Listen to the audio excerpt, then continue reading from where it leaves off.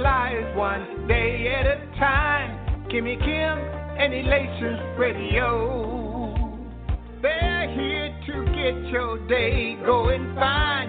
Kimmy Kim and Elations Radio. Kimmy Kim and Elations Radio. Kimmy Kim and Elations Radio. And here's your host, Miss Kim Robinson.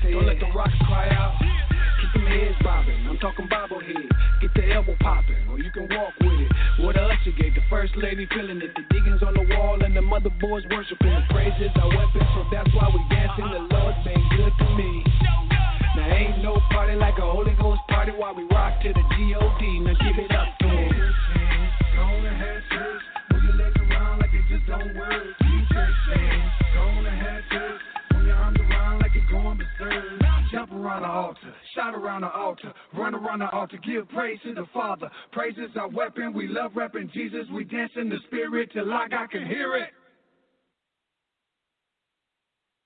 Yeah, can you hear it? Hey, good evening, everybody. Welcome back. Thank you for tuning in to Relation Radio. Yeah, this is Minister Sedric back at the helm. Excited again today. I guess we all know what day it is, right? It is Friday, November the 20th.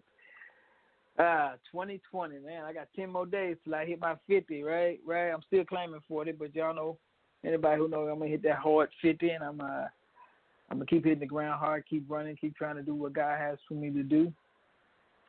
I was just sitting back today, just thinking about nothing, And, man, I've been thinking about America. I've been thinking about the things we got going on, and the only thing that came to mind just now was stumbling towards diversity. Yep.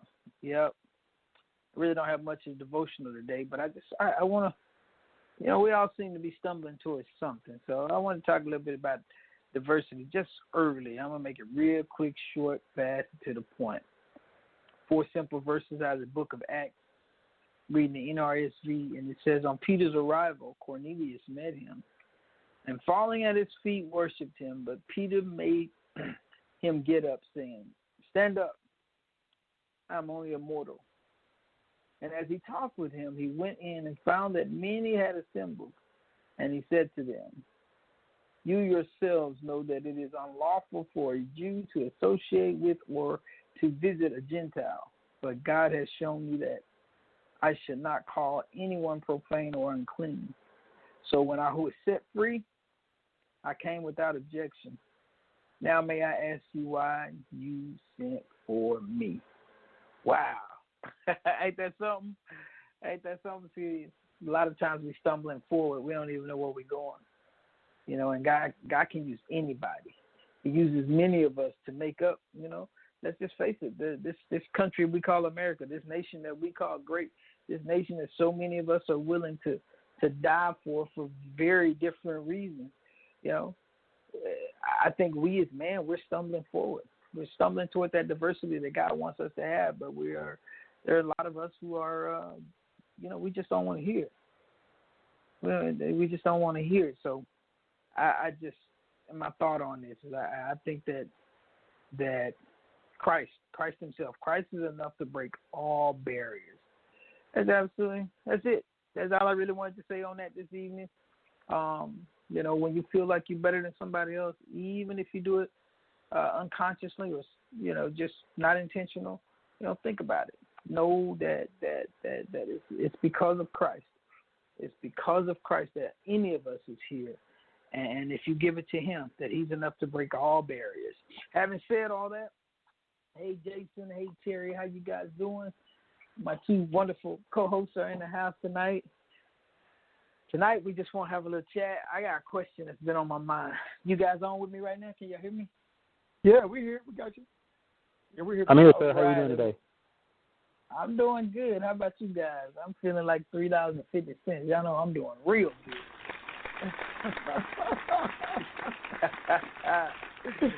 Welcome.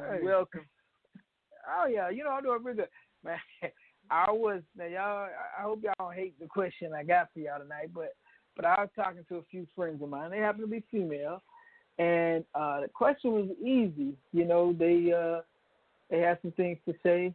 I of course had some things to say, but we ended it with a simple question, and I just started thinking about it.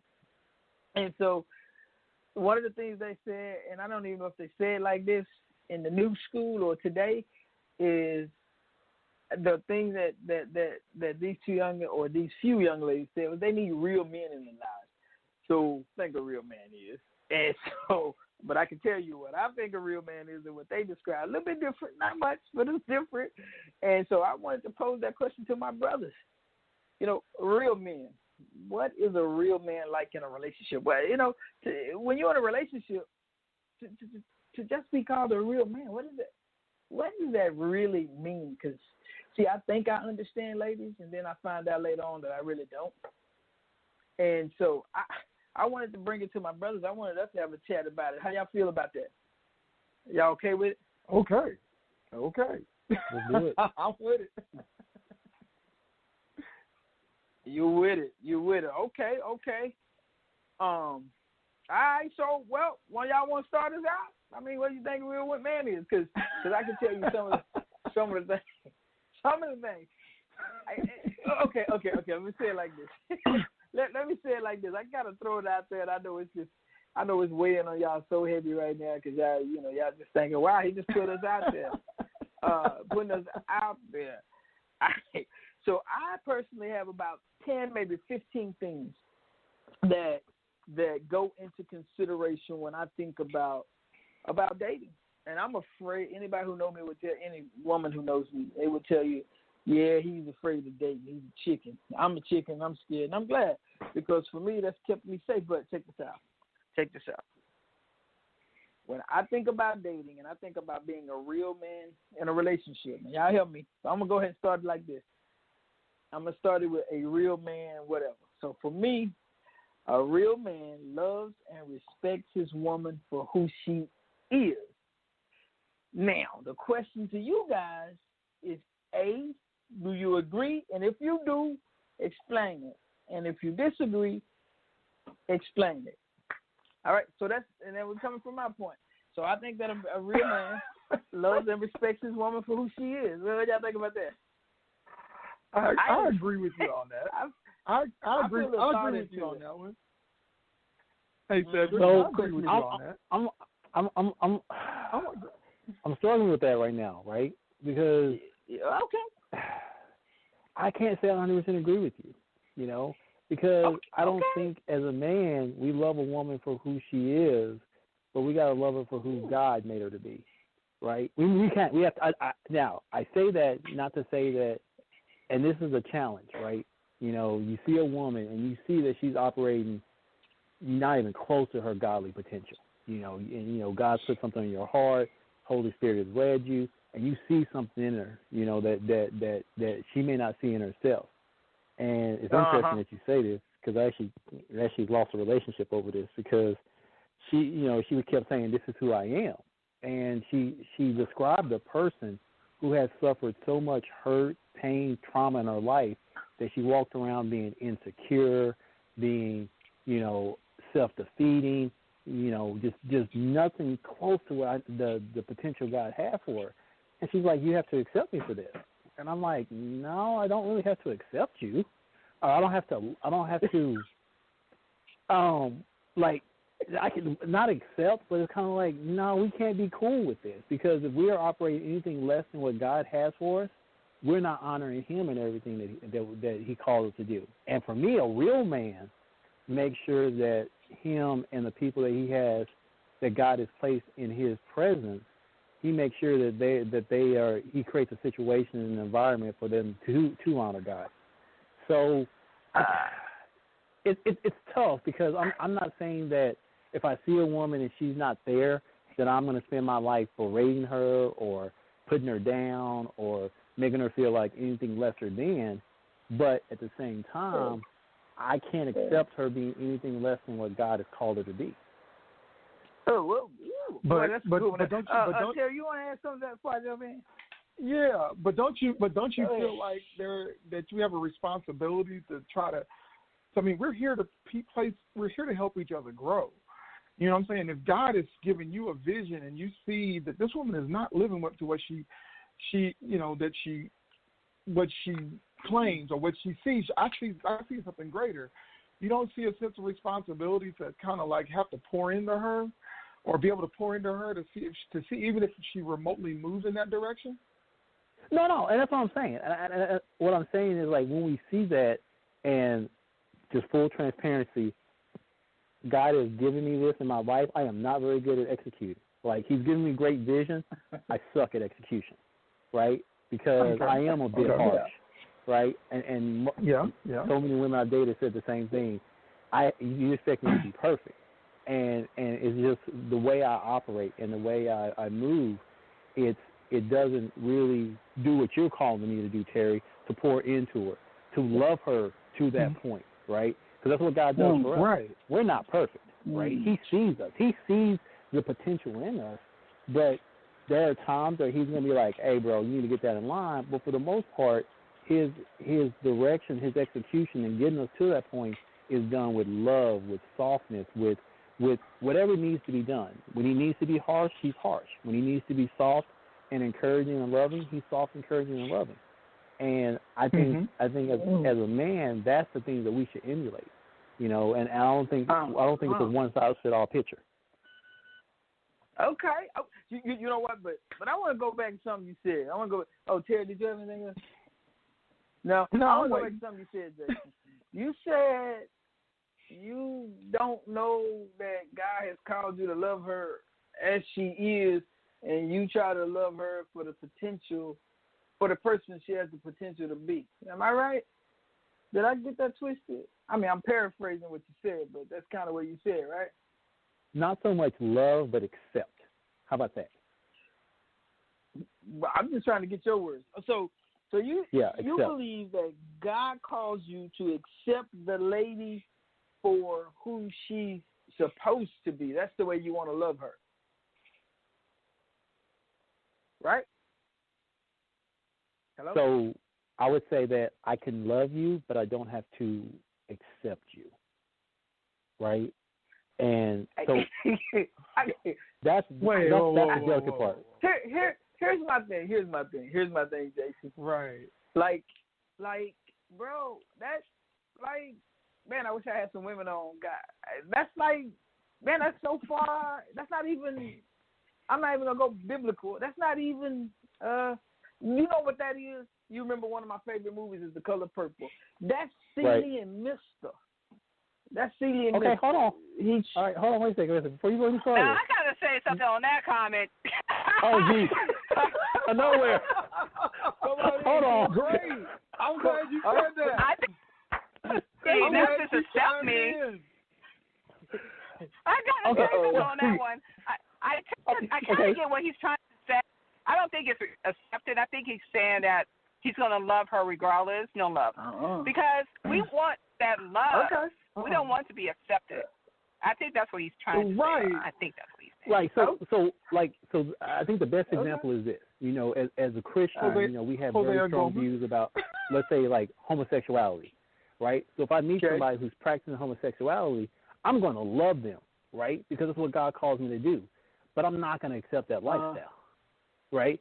And I think in a relationship, we have to do the same thing. But I think you know, unlike a stranger, that acceptance and that love, the love has to be stronger, and that non-acceptance has to be a little bit softer. But ultimately, it's the same concept where I am called to love you because you're one of God's children, and that's what He calls me to do. But if you're practicing something that's less than what God has called you to do, I should not accept that as a man, and I think that's my place to say, I get hey, that. Okay, I have to leave. We on the same page. You know, yeah. Okay. See, I won't be sure because see, my thought is this. My thought on the whole thing is this, and this is just me talking, Sedric 101. And by the way, everybody, I once wrote an audio book about the subject matter. I will not reveal it because that is not who I am anymore. Don't. I done found Jesus, and so I don't do that kind of stuff. But since I do have a past and I have grown up, that was disclaimer. But see, when I think of that, loving her for who she is, as I'm like this, there are going to be times when this woman is going to get on my nerves. I ain't going to like her. I might not even love her at the moment, right?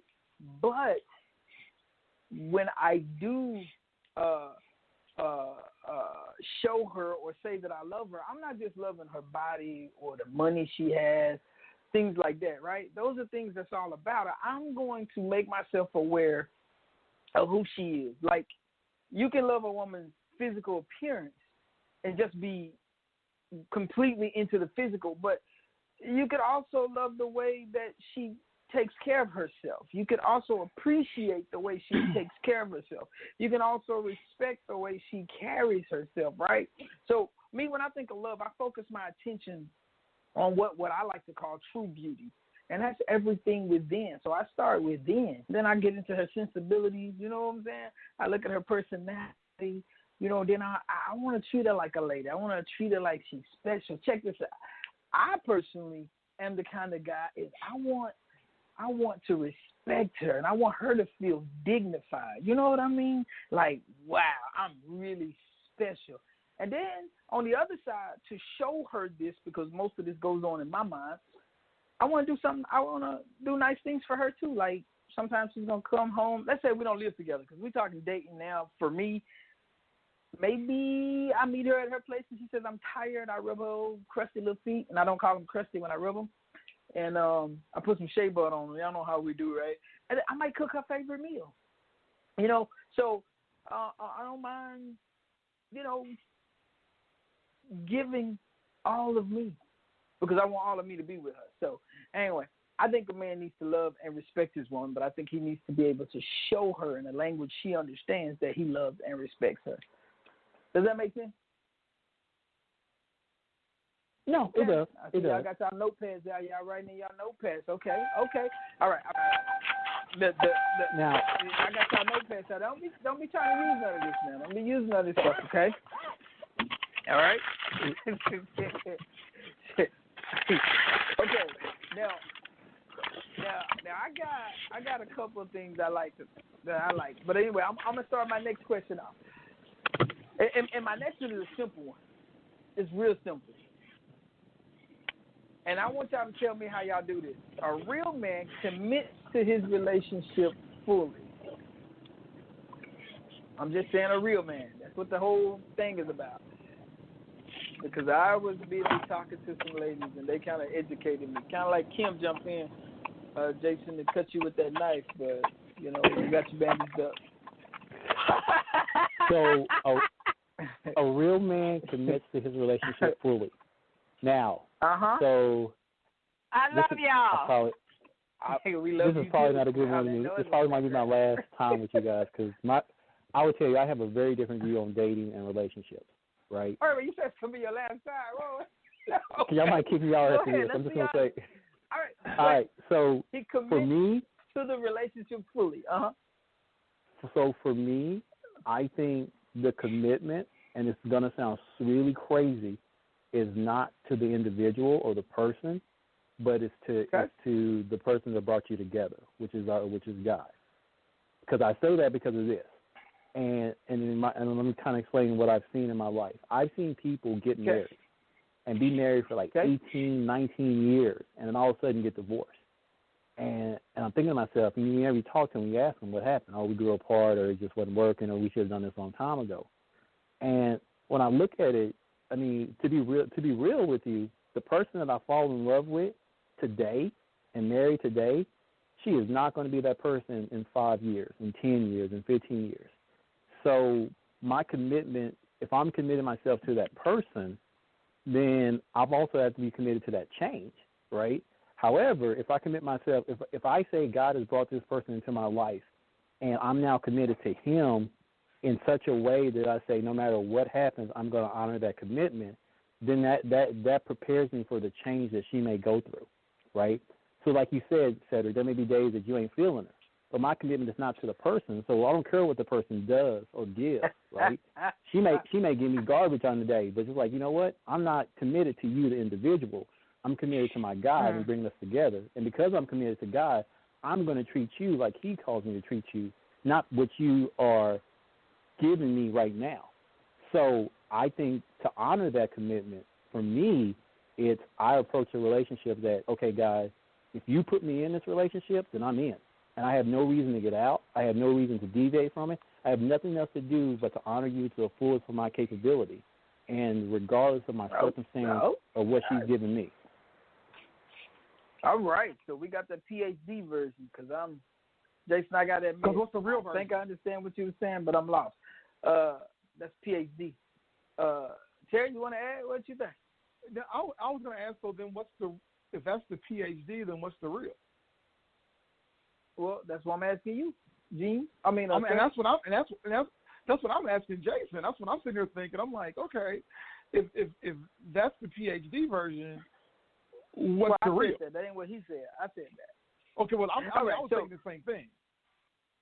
Okay, so I'm saying, okay, so Jason, I heard what you said, and let me make sure I got this right, because mind you, I'm talking to a bunch of fellas out here, and we got things. So you're saying, Jason, this is what you said. You said, well, I'm not really committed to the woman. I'm committed to God because God brought us together, right? Right. Okay, so how do you show her then? Because coming from my book, I'm saying I am committed to God, but again, I also believe this, Jason. If I love God and I'm committed to her, then I'm not going to pair myself up with a woman who's not committed to God, who doesn't love God. And so if she loves God, and I go back to the Bible scriptures, the references, if I be in you, right? So if she loves God, God is in her, so that God that you love is still a part of who she is. So my way of putting it is this right here. I'm basically looking at her, and you and I have talked about this, Jason, so I think we're on the same page with this one. I'm basically looking at her, and I'm committing to her, right? I'm going to stay faithful to her, and I'm going to expect the same thing from her. I'm going to communicate with her. I'm going to be honest with her. I'm going to create, I hate to say it this way, but it's the best way I know to say it. I'm going to do my best to maintain and create a team environment, which means that we both have say in what we do and how we move forward. And we're going to build this all-trusting, full-time commitment to one another. I'm going to nurture her strengths, right? I'm going to respect her strengths. I'm going to nurture her along. I'm going to show her the affection that she needs. I'm going to treat her like a complete person. Because I have found, and the reason I put it that way is I have found a lot of us ministry, we treat our relationships like we treat the book, the Bible. All right? Y'all know it's there when we need it. When we need to call up a scripture to defend something, we whip that Bible out. We can go and we can search and we find. But when we don't need it, we just throw it to the side. I know we don't respect the Bible the way we should. And so I say, when I hear what you said, Jason, that's where my mind went. My mind went to, you're going to respect God, but you're not going to respect the woman. And I think that we have to really be careful of that. That's just me. If I want to jump in, that's fine. But that's how I see it. And we ain't going to kick you off the show for feeling that way, J-Dub. You ain't got to worry about that. No. So everything that you said is incredible. And so we're talking about two different things. You're talking about the actions, right? What I do, how I treat about real life. And what I do. What I'm talking about is my motivation. Because here's the challenge. That all sounds really well and good. What if that woman comes in and she just gone just upside your head, both physically and verbally, right? And now that if your motivation is connected to her, that individual, and that individual goes sideways, now you are now forced to try to say, how do I show these actions in the midst of this disruption? Because my motivation is based on the individual. Now, so hold on. So if I set my motivations on my love for God, and no matter what this woman does, right, my love for God is going to be there. So I can almost disregard her actions. Now, not the motive, not like, so typically if a woman's mad, that means that there's some hurt, there's some pain, there's something going on, and we should go kind of understand that and dive into that.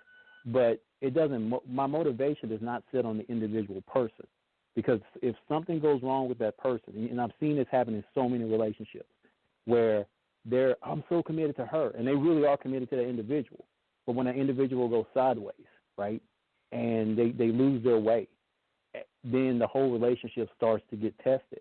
And a lot of people can overcome that test, right? You know, a lot of people can say, you know what, I see you going through a bad time. I'm still going to be committed to you, even though the person that I'm committing myself to ain't showing me the things that brought me together. But with a 50% divorce rate, a lot of people can't. So this is where, like I said, sometimes we got to shift our mindset about relationships. Okay, I mean, you know what? I hear what you're saying, but my issue is this. Then who you loving, bro? You loving? You loving her for who she gonna be? Yeah, that's what I'm lost. That's why I need you to clarify for me. Who you loving? So I'm loving God, and from that outpouring of my love for God, she gets to benefit with it, and she gets to be in that. You know. So you got married, and you married her because God put y'all together, right? So she comes home. Well, you go to work. Let's say she don't have a job. You go to work, you come home, and she ain't cleaning up. You going to love her because God brought y'all together? You ain't going to tell her, hey, baby, you clean up, you cook? Or, better than that, y'all both have jobs, and you come home, and you say, God brought us together, but she came home with Frank that she went to lunch with. I don't understand, so I'm just a little bit lost, and maybe I'm making it way too difficult. I'm just a little you're bit talking lost about the practical, how do you play this out practically? Well, here's the deal, and this is, and this is where, for me, it's this is where our love for God has to be the most paramount thing, because in that love for God, we try to walk with Him in every situation. And I will tell you, there are some situations that God really doesn't want us to touch and address, right? And we just, like, if our baby does that, like the first example, I'm working, she's at home, she didn't cook and clean, my fleshly person might get a little agitated and irritated, But if that's something that God wants me to move on, that's where my relationship with Him has to tell me, like, all right, you know what? I do need to say something about this, right? And not only do I like, okay, now you're telling me I need to say something. Now you got to teach me how to say it. You got to give me the words to say and the things to do to address this situation, because now you called me to address it. Now, and I say that because I think a lot of times in relationships, we address things that God really don't want us to address.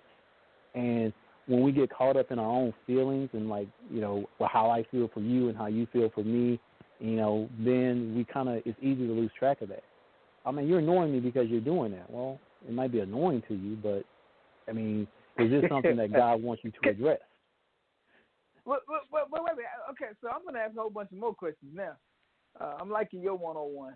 So, how you know if God wants you? Is it because of the way it makes you feel? Is it because God spoke to you in a dream? How do you know God wants you to address it? This is. So my kids used to ask me a question, right? And they asked me, like, how do you know what God's will is for you? And I always tell them the same example. So I'm pretty strict when it comes to, like, eating. Like, no eating after 9 o'clock. You can't have candy every day. Candy is like a once-a-month thing. So I'll give my kids an example. I'm like, you're in a dark room, and you hear a voice. It's 10 o'clock at night. This voice at 10 o'clock at night is saying, hey, go ahead and eat that candy. Would you believe that's your dad? They're like, heck no. I'm like, why not? It sounds like me. You can't see it. It's not me. How do you know? Well, Daddy, we spent so much time with you. We know your voice, and we know that that's not what you have for us. And so I say that to answer your question is, this is where we have to, and this is why I think that as men we really have to really strengthen ourselves. We have to walk so closely with God that we know what His voice is, and we can discern the difference between what He's saying and what we're saying. Now, with that being said, it's also good to have a Sedric and other men around, a Terry and stuff like that, to bounce an ideal off of, to say, nah, bro, you need to check yourself. And I've done that. So I think it's creating an environment where your walk with God is so close that you can truly hear and understand, either directly or indirectly, through the people around you. But I got questions. I mean, I'm not trying to be funny. So you telling me your walk with God is so close that when you meet a woman, you know whether or not God wants you to talk to her? No, because that's why I'm single. I'm not saying it's not true. I'm just saying so you telling me I need to wait until I can do that before I date? I'm going to be single probably for a long time, because sometimes my parents used to be standing in front of me and they would call my name, and I didn't, not only did I not recognize their voice, I didn't even see their lips moving. I missed the boat, in other words. Yeah, but see, that's the thing about it. You're right. You run the risk of being single for a long time, but to me, that risk is well worth. It's worth that. It was worth the wait to do it right. Once again, we've got a divorce rate of 50%. So the way we've been doing things ain't working. Right, and me and you both batting 100%. Yes, exactly. So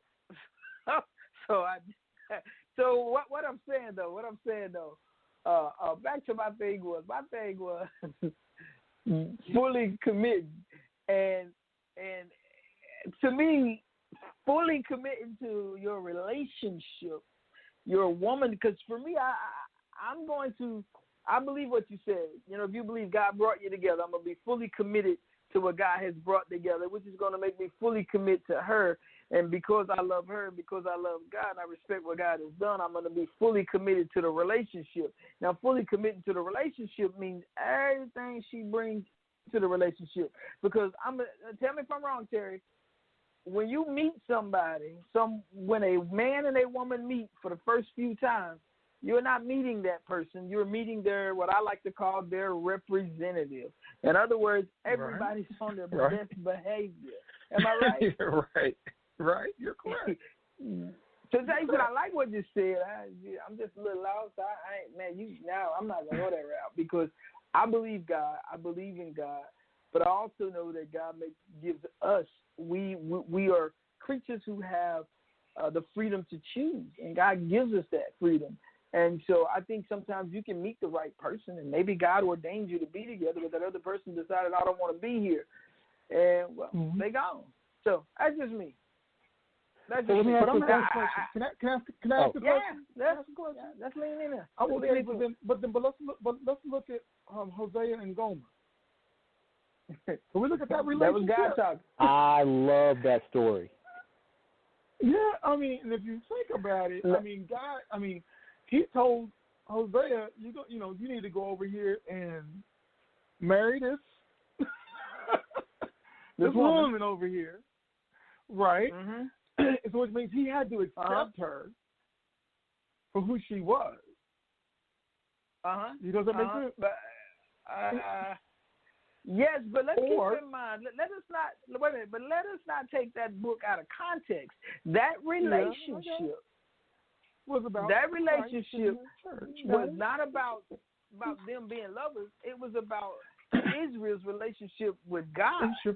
But I'm gonna be quiet. There you go. Be quiet. I'm gonna let you go ahead and talk about it. Let's go ahead and talk about it. But that's true though. But let's translate that into relationships. Period. Let's do it. Okay, let's go. I mean, Jason, you said that let's was go. Very good. Love that book. So let me tell you how I translate that, because I meet all these women. It's the funniest thing, and they tell me like, "Well, God's not gonna give me something that they give me this big laundry list of what they're looking for in a man, right? He has to be this, he has to be that." And I ask them real quick, what if God sends you something different? Well, He won't do that to me. All right, well let's look at remember Hosea and Gomer? I mean, Hosea was a man of God. He was a prophet. I mean, he was kind of way up there, right? He wasn't just some random guy. Right. He was kind of high up in the hierarchy of the social structure. He was high up there. I call this man to marry a prostitute.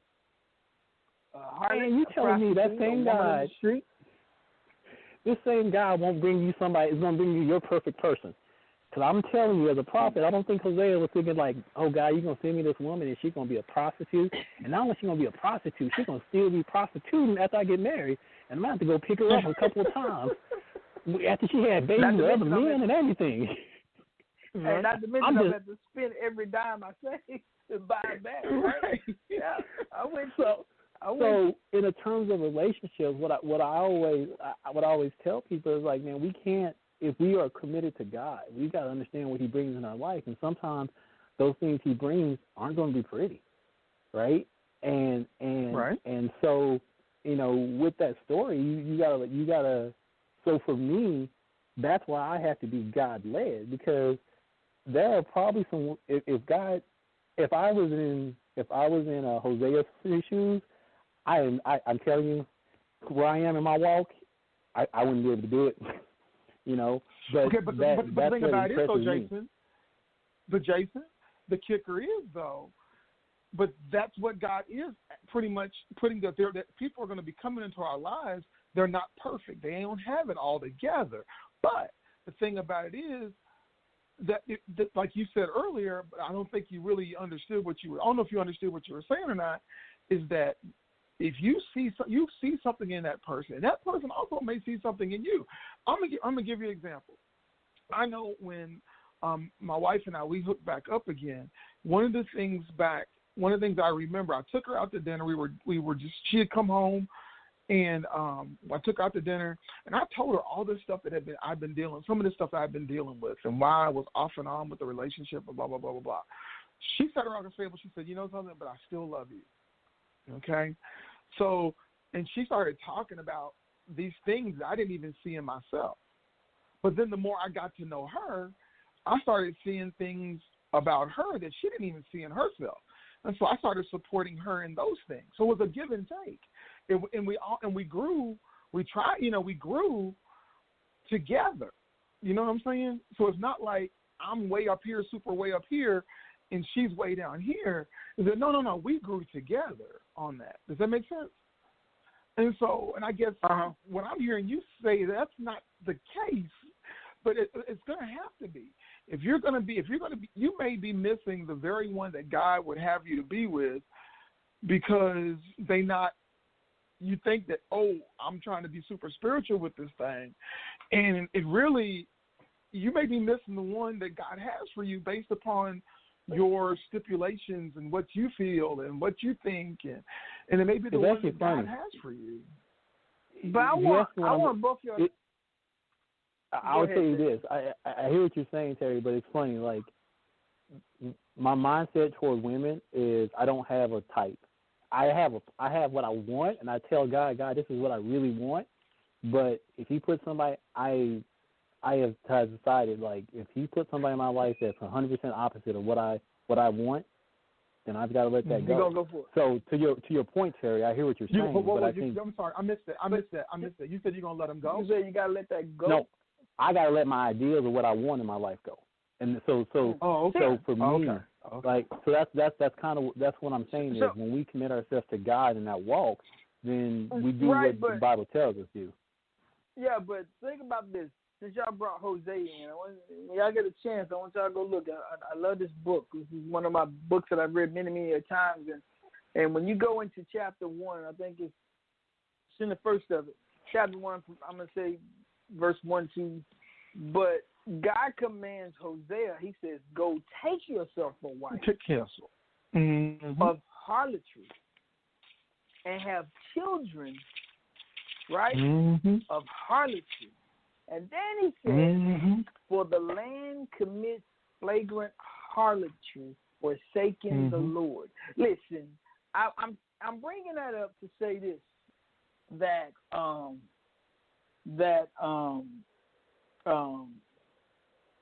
God told him, he heard God tell him to go take the kind of wife. And he said, okay, go and take you a wife. He didn't give him a choice. He basically told him who to marry. So how does that work for us today when we're talking about what I was just talking about? Because we kind of got a little bit off script here, but I was just saying that you fully commit to the relationship. So I'm hearing from you, Jason, that you fully commit to the relationship as God has appointed for you. But what about them times when you ain't seeing God in that relationship? What you gonna do? You gonna go pray and you gonna say, God, I'm with you? Because there's nothing wrong with that. There's nothing wrong with that. I'm just trying to be realistic in the way I approach these sorts of things, because I know me. There are going to be times when I don't like her. There are going to be times when my love for her just ain't showing, because we got a whole bunch of Satanism that we dealing with. Like, let's say I married a woman who voted for Donald Trump, right? And we managed to stay married for 4 years, and then she voted for Trump again. Now, we get a divorce. I don't care how much I love you. We done.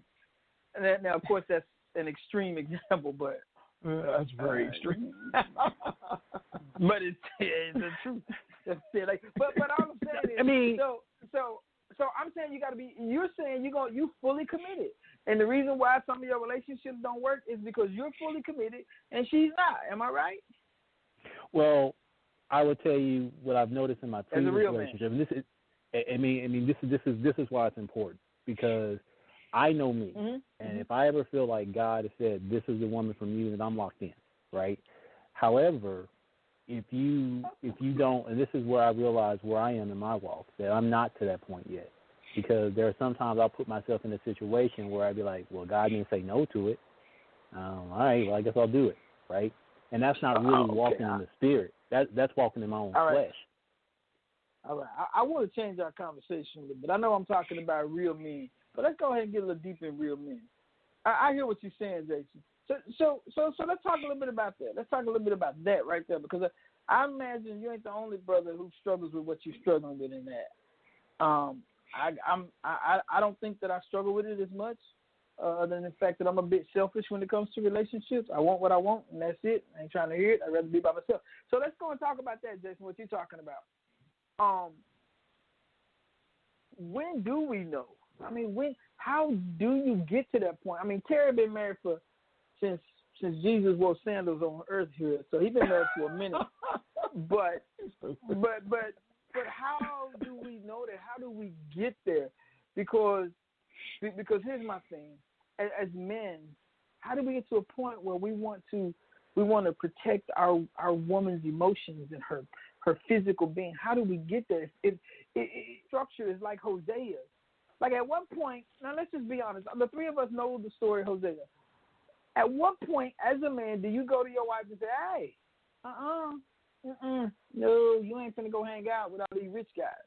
At what point do we want to protect our woman from her own self-destructive measures or means? At what point do we get there? Because I'm hearing you're saying, well, I'm gonna be in this relationship till God say I can't, or God brought us together, and I'm gonna love her because God brought her to me. So, in other words, you might not like it, but being Hosea wouldn't be that big of a problem for you. Right, but understand that just because I've made this unconditional commitment doesn't mean that I take a place of passivity, right? I love that question you asked me, because when you brought up this topic and you sent it up to her earlier, I thought about it. I'm like, we all know the story about Adam and Eve, and to really dive into that story, to know that Adam was sitting right there when all this was going on, right? And you ask, how do men act in a relationship? Well, we see what not to do, right? And I would tell you, to address your question, there has to be a time where, as a man, you step up and say, no, we're not going to do that. We need to honor God in what we do, and do what God calls us to do. And we see what happens when men don't do that, right? We see when Adam didn't take that role, and he didn't take that lead, and he allowed the serpent to sit there and start to, say things that he knew wasn't true. Then he watched his wife. I think he failed on 2 points. First of all, he let the serpent in his house. The first time, anybody starts talking to my wife like that, I'm like, man, bro, you got to go. You just got to get up out of here. And then secondly, to allow his wife to watch her go through that thought process and make that decision, not to bring her back and say, babe, we love God and we don't do that. So, but see, this is where it gets so challenging, right? Because as men, we want to be that. Either I've seen so many extremes. Either I'm that passive guy that allows everything to happen in my house, or I'm this authoritative, like ogre that suppresses and oppresses everybody in me. And this is where we really have to be walking with God to know where is that ebb and flow, right? Where do I just embrace this with love and acceptance, and and pray on it and love the person through it, and where do I step out and say, no, we're not going to do that, So there is a point, and I think that, but to say when that point is, that's really where, as men, and I think this is where we really struggle, is walking in that moment with God, to know exactly what to say and what not to say, because most guys. But here's the thing. Here's where I think we make mistakes as men. And I'll be honest. This is where I think we make mistakes as men. As men, we either oversimplify our relationship, and in my opinion, when we oversimplify our relationship, this is what we do. Well, I'm a man. This is what I'm supposed to do. You better take it, or you can go and do what you do. And this is what I mean by and I'm being very, very simple. And this is what I mean by overcomplicate. Well, you can do this if you want. If you do this, then, I think you should be able to do this. And if you can do this, and I'm going to need you to do this. If you can, that's too much. Where does the natural person come into the relationship? We talk a lot about this. I tell you, I've talked to a lot of ladies in my lifetime. And a lot of ladies say, I hear this all the time, I want to marry my best friend. I want him to be my lover. I want this. And then the thing is, the guy never gets to be her best friend. Why? Well, because she's walking around with all these airs all the time. She makes life so complicated. Sometimes you got to talk to, this is what I tell women, sometimes you got to talk to your man like he one of your girlfriends. Just be transparent. Now, not the same language, not the same, but be transparent Because Jason, you know me and you, we talk, right? Terry, you and I, we talk, right? And there's no mixing up. You and when I do say something that you don't understand, you do just what we've been doing. You ask for clarification. And so when it comes to a relationship, when it comes to a male-female relationship, as men, again, why can't we lead into this relationship? Why can't we fulfill our partners the way they need to be filled mentally or emotionally and physically? Why can't we do all of these things? Why can't we give them all of these things? Why does everything have to be so complicated? I'm gonna sit back, take 2 breaths, and I'm gonna let each one of y'all give an answer. Why can't we strike a balance as men? Why is that? What's the harm in that? Wow. There's no harm. I mean, why can't we strike that? Go ahead, Go ahead, Jason. No, I was going to say there is no harm in it, but you ask why we can't do it because you're asking why can't we do it? Mm-hmm. We have to tap into something that, and this goes back to a lot of conversations we've had before, that we don't typically tap into, and that's that emotional side, right? And every guy is really good about protecting. Usually, most guys are good about physically protecting their wife. Making sure that hey, we're out and about. I'm creating a physical presence, a physical barrier between you and danger. Not as many guys are good at financially protecting their wives, making sure that they make the money, keep the house running, that type of stuff, right? I would say that a lot of guys struggle with the emotional protection of their wife, and to be able to connect with them. Why are we struggling with all this stuff? Why are we struggling with all this stuff? Why do we have to struggle? Terry, take a stab. Well, I'm just thinking in terms of some of us haven't been taught. One, we have, and honestly, by nature, that means I think part of like what Jason was saying, we've got to tap into this side of us that we really don't get into very often, which is that emotional side, the one in which most women operate from. Okay, hold on. So, Jason, is that what you were saying? The emotional side?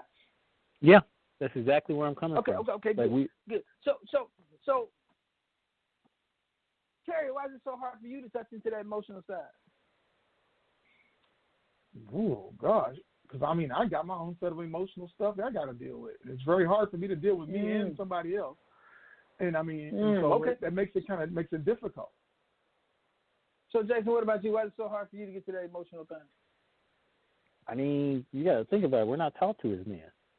Most emotional men, we're not taught to be emotional and fear emotion. And here's the, I'm going to put it on the women, too. I'm going to put this on women, too, because they say they want a man that, that they can connect with. But I've seen so many women that say, if my dude crying all the time, I ain't trying to deal with him. Okay. Well, there's nobody with a cry, baby. No grown man should cry all the time. It's okay to cry. Right, but I'm just saying, like, if you want a man that's in touch with his feelings, it's very interesting. And maybe the women I've dated. Balance is what she's saying, right? Well, no, I'll tell you this. It may be the women I'm dating, but if you get the least bit emotional, they don't know what to do with themselves, and they don't know what to do with you. And they're like, what's going on? Okay, this is weird. And it's weird because they never saw their dads do it.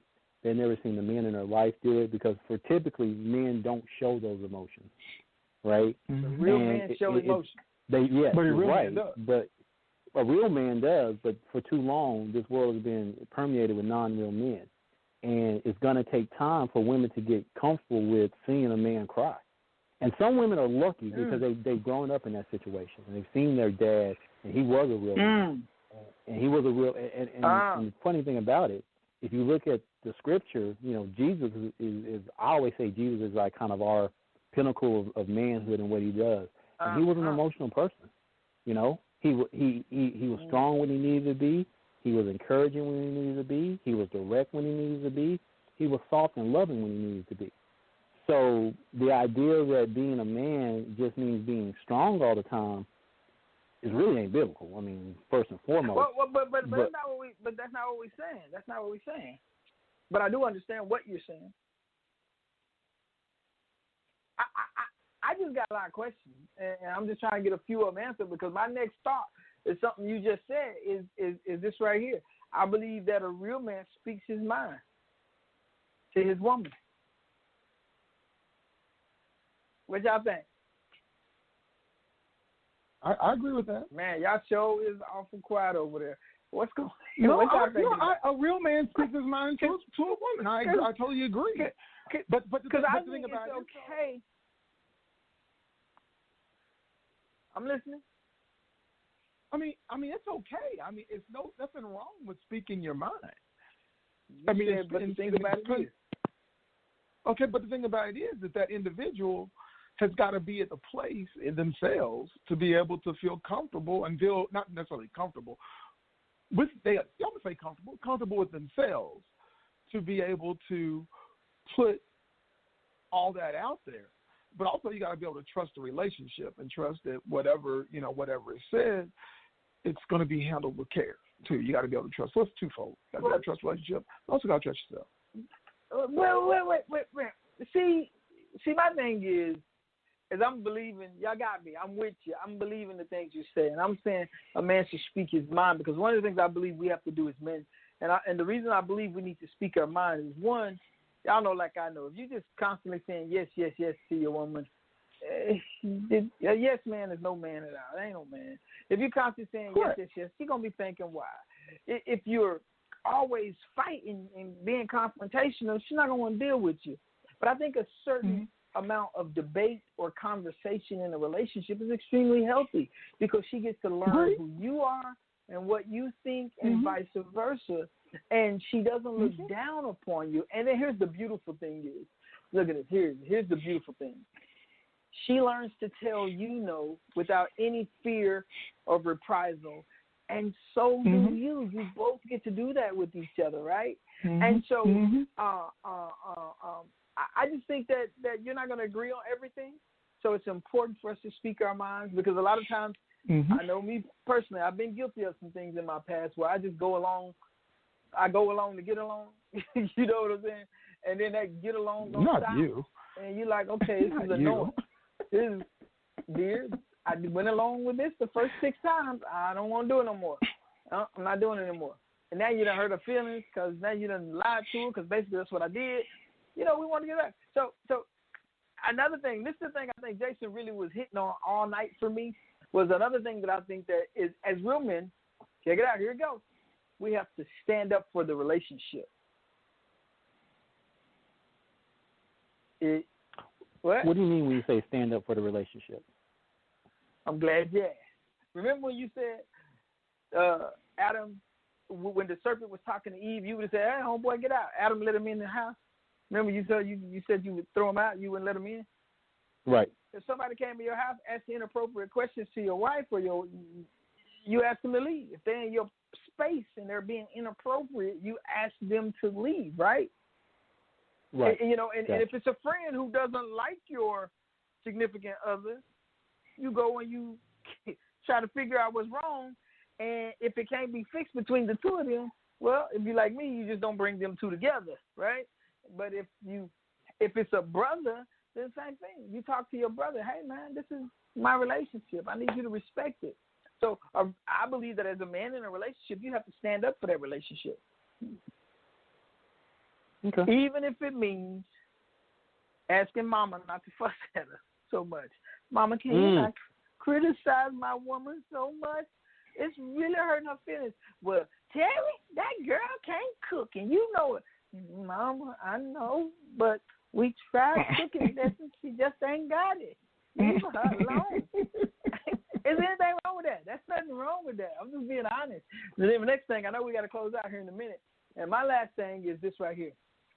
To be a man, I believe, now, this is just Sedric 101. I promise you, this is just me. I'm saying, if you're in a relationship, here it is.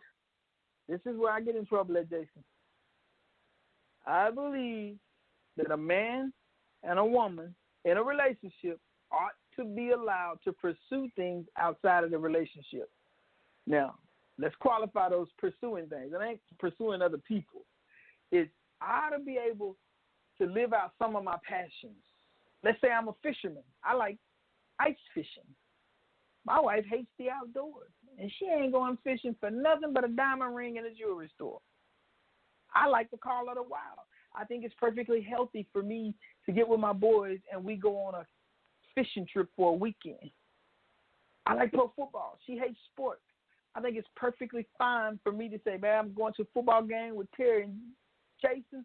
We're going to go sit on a 50-yard line of the Dallas Cowboys. No, you can't come and your girlfriends can't come. This is a boys' thing. Boom. I think that's okay. What y'all think? No, I would agree. I mean, Mm-hmm. I would agree that, you know, it's good to have, you know, that those things that you do. Okay.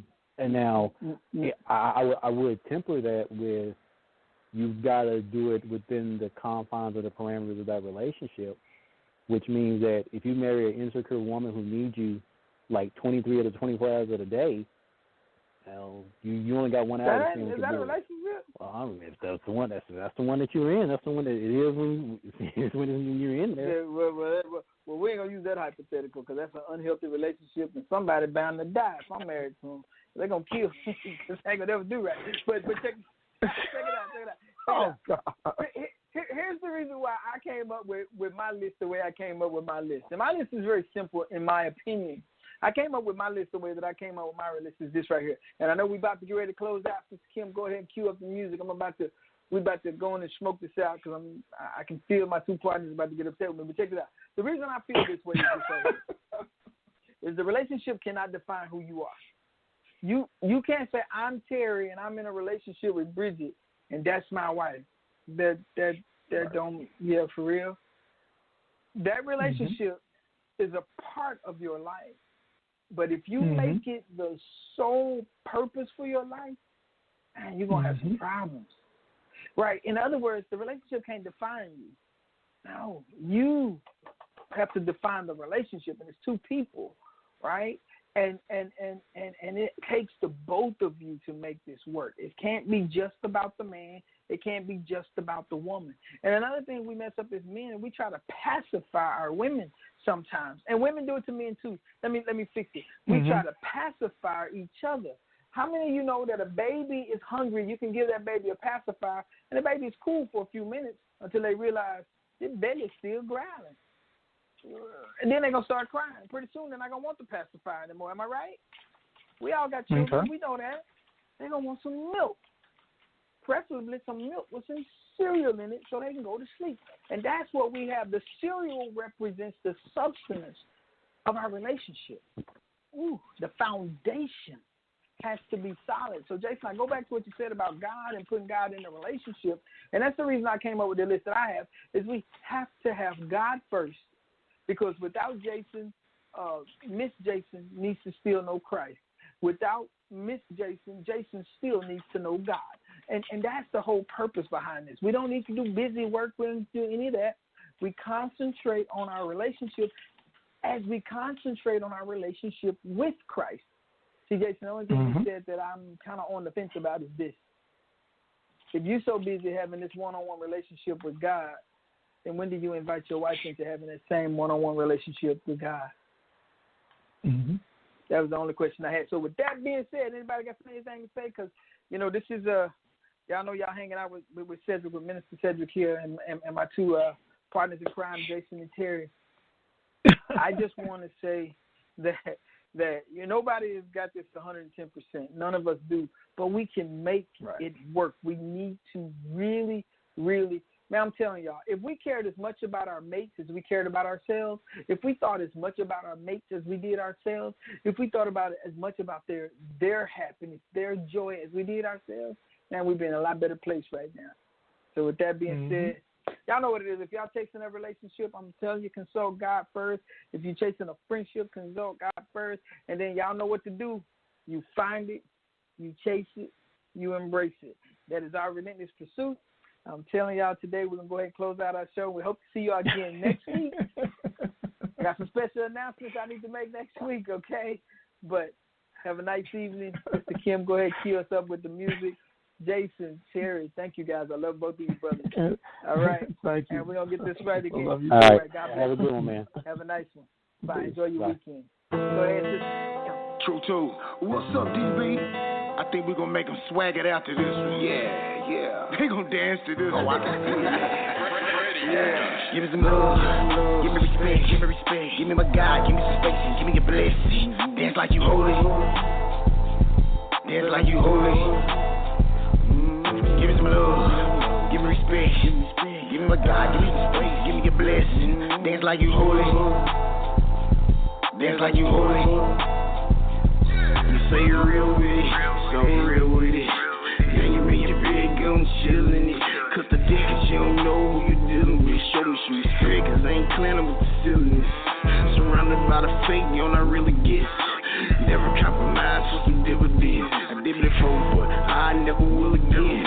Asking God for the forgiveness for my sins. I'm a child of the king, yes, I'm a child of the king. The devil can shatter my dreams, good ground is where plant my seeds, yeah. I got plenty muscle, grinding and easy hustle. Been in the struggle, been in the dungeon, but only a chief for the lunches. Homie, the road with the punches.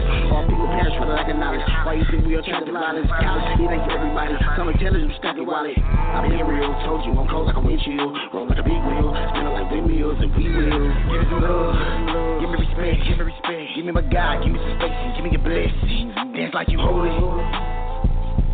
Dance like you holy. Give me some love, give me respect. Give me my God, give me some space, give me your blessing. Dance like you holy. Dance like you holy.